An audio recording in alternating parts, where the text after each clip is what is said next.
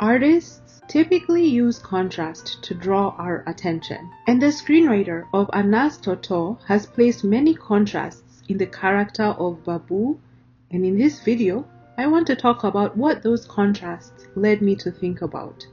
Now, if you're new here, we talk about science topics in mother tongue so that I can practice talking my mother tongue and so that maybe you can learn one interesting thing about a science topic. Or if you speak the same mother tongue, you can either learn more about it or let me know of any grammar that I need to fix. Nevertheless, I usually have subtitles to increase access to the content that I make here. As I said, today's chat is based on a character of a popular Kenyan sitcom called A Nurse Toto, which just completed its second season last week. So the sitcom is based on several characters that are in a hospital located in Kenya called Facility 1. These include the nurses Sly and Wambo _, the receptionist Marianne, the intern V, the doctor Dr. Shifter, the cleaner Babu, and the owner or manager of the hospital, Mr. Rambogo. The show is a tongue-in-cheek dig at the incompetencies of hospital systems because none of the characters are actually competent at their jobs except for the intern and the cleaner. At the same time though, this show amplifies actors in Kenya's digital media space because the showrunner, Edibu Tita, who also acts as the doctor, has made a point to hire and incorporate many Kenyan actors and influencers. And so it's really great to see big social media and digital stars amplifying each other. In today's chat, I wanted to talk about one of the characters in this show, Babu.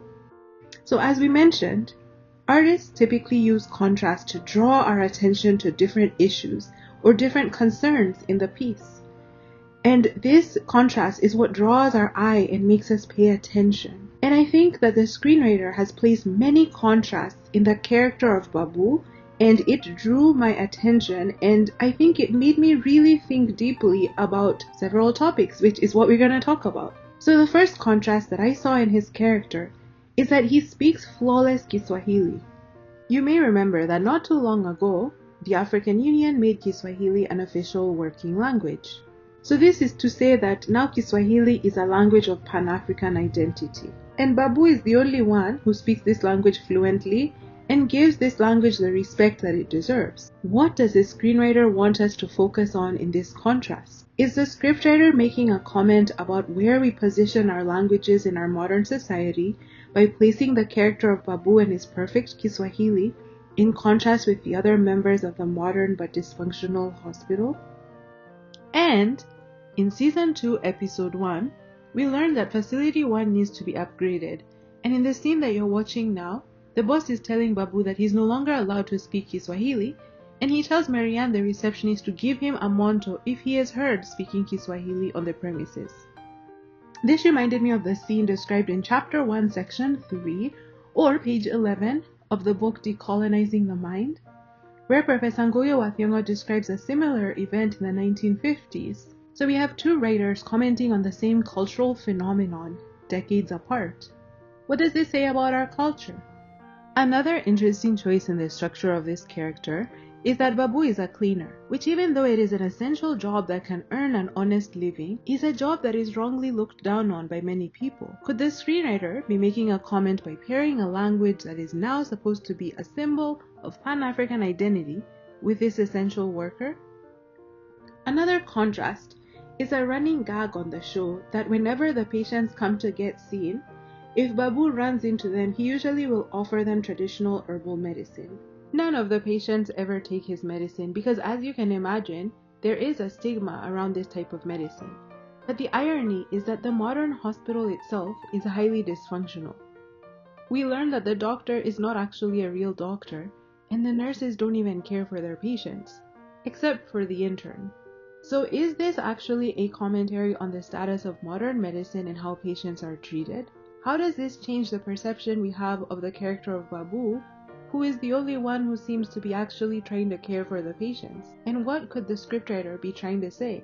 Now, I don't know what the intention of the screenwriter was, but I imagine that as with any other artist, everything is super intentional.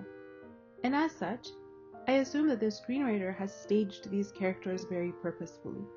So this whole conversation and this whole thought process did make me wonder about the current status of the formal study and characterization of African herbal medicines for treating diseases. Now, one of the things that I typically do when I don't know something is I try to find people that know more. So what I did is I attended a seminar that was held by the Global Emerging Pathogens Treatment Consortium about the topic of the role of indigenous knowledge in addressing emerging infectious diseases in Africa.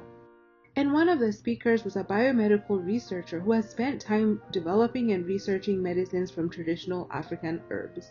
In his talk, he highlighted several traditional herbs that have been documented to have specific roles in overcoming certain diseases. And I've attached the link to the seminar in the description box below in case you want to hear it directly from him. But really, the primary impression that I left from that seminar was that really many people have relied on traditional medicines and still rely on traditional medicines in their health processes. And so it's important to think about the role of these medicines in healthcare instead of stigmatizing them or somehow imagining that people will just adjust like that to modern allopathic medicines. Now, don't get me wrong, allopathic medicines do usually work, but they're not always perfect. There are some limitations ranging from barriers of access, barriers of cost, the fact that many clinical trials have been conducted with only certain subgroups of people, and the reality that there are still many questions about how allopathic medicines interact with some of the herbal medicines that we've been talking about here. In spite of these very summarized, simplified critiques, one thing that we can say about allopathic medicines that we cannot really say about traditional herbal medicines is that they often have clinical trials to show how well they work, and the way that they're manufactured is often very tightly standardized. And to do with this topic of randomized clinical trials and standardizations, one of the professors actually addressed this topic directly. What he said is that African herbal medicine practitioners typically will administer their treatment for a very specific patient in a very specific way. And this can vary from person to person. And so you can imagine that it is very hard to establish a randomized clinical trial when the treatment itself is variable from person to person. Furthermore, from practitioner to practitioner, sometimes these mixes and mixtures will vary. And so then this makes it very hard to standardize. And so this professor mentioned that he does have a company that is trying to standardize some of these treatments, and therefore that might make it easier for regulatory bodies to be able to conduct experiments. And actually, in some of the descriptions of the medications, they do say that they have conducted the adequate pharmacokinetic studies to define them and to characterize them. At the end of the day, I think what I would like you to remember is that these herbs and these plants are comprised of molecules. And because we are comprised of molecules, and because the pathogens that these plants are supposed to be fighting are also comprised of molecules, we have to understand what is happening at the molecular level in order to be able to implement and leverage these particular herbs and these particular chemical properties for health and for well-being. In recent years, there has been more research to understand the nuances of African herbal medicines and how they work.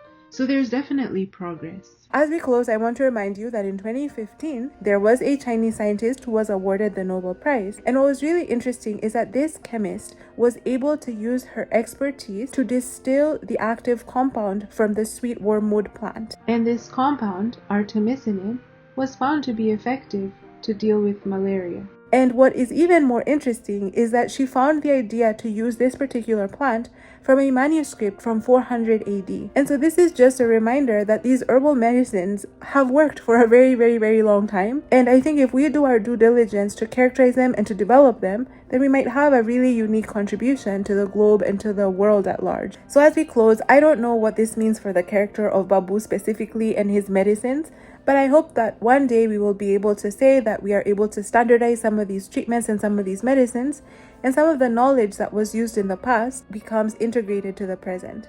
I hope you found this topic as interesting as I did, and if you have any questions or comments, please leave them in the comments section below. I have left my email in the description box if you'd like to send me an email. Have a good week, take care of yourself and those around you. Bye!